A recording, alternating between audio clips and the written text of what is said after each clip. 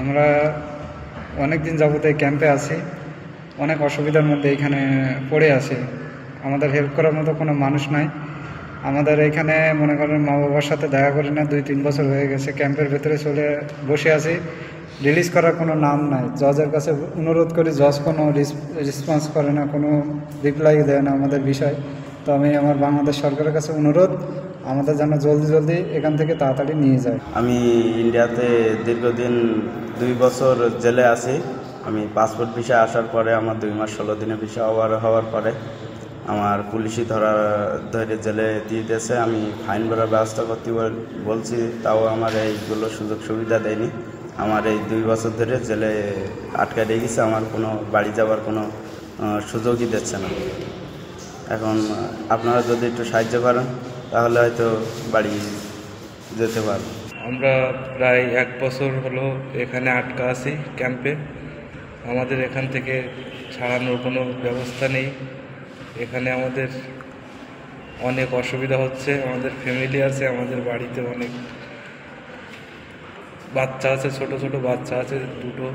আমার ফ্যামিলিতে দেখভাল করার জন্য কেউ নেই আমি ছাড়া। আমার ফ্যামিলি সহ আমি এখানে, আমার আব্বু আম্মু সহ আমি আটক আছি এখানে।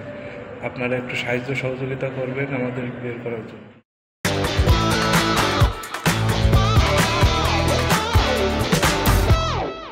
4 বছর হয়েছে ইন্ডিয়া আইছি কাজ করার জন্য।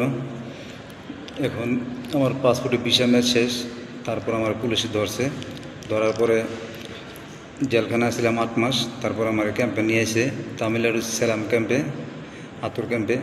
তো এখন আমরা এখানে অনেক মানুষই বিপদে আছি, প্রায় 150 জনের মতন।